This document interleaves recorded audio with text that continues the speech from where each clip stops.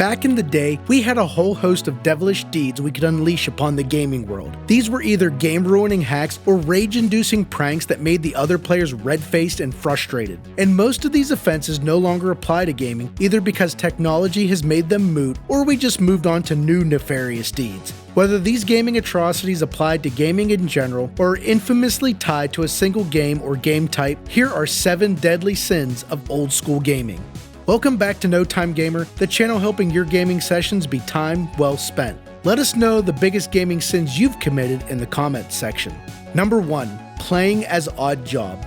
It's one of the most famous player-made rules of all time, and for good reason. Playing as the diminutive Oddjob in Goldeneye for the Nintendo 64 was a massive advantage, and even friends who didn't own the game quickly learned how OP the little henchman could be. And you know you abused it so much that finally, someone had to declare the no Oddjob rule just to make the game fair again. You'd argue he's part of the game, but you know it's the proper call. In the days before the internet, it was the rule that developed in every gaming household. Number 2.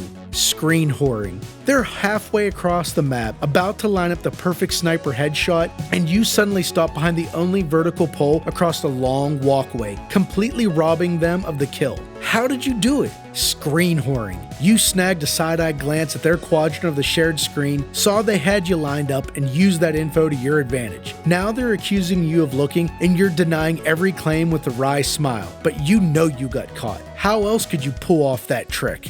Number 3. Flicking the reset switch. Old school games could be really hard, and most had to beat in a single playthrough. Now this dirty prank usually popped up amongst friendly rivals or siblings with an axe to grind. Your brother or friend pissed you off this morning, and now they're playing Super Mario Bros. Level 8-1 thinking they are going to beat the game. Not so fast. Give the console reset switch a quick little flick, and all their work is gone in an instant. Sweet revenge. And now here comes the fist fight.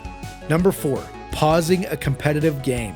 Your friend has been lighting you up in a little couch co-op fighting gameplay. He learned this one combo that he nails the timing on every time and whoops your ass. He goes to start it again and suddenly the game pauses. You'll claim your fingers slipped and apologize, but now his timing is all off and you know exactly what move you're going to lead with when the action restarts. You may win the match, but you have to feel a little dirty about it.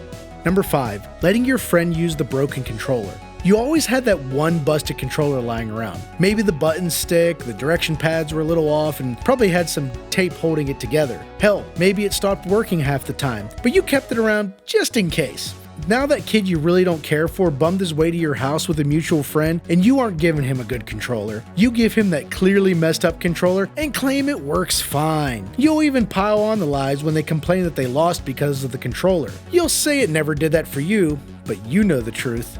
Number 6. Unplugging a friend's controller. Old consoles didn't care if the controller came unplugged or not. They didn't pause like the new games do when the controller loses connection. They just kept on trucking. Similar to another sin on this list, someone has garnered the attention of your wrath and they are about to pay. With one swift swipe of the hand, the plug of the controller comes flying out of the console. Now they can't pause, can't play, nothing. You'll squeal with delight over the panic you cause as they try to plug the controller back in, but you better get on the move because a fight is coming.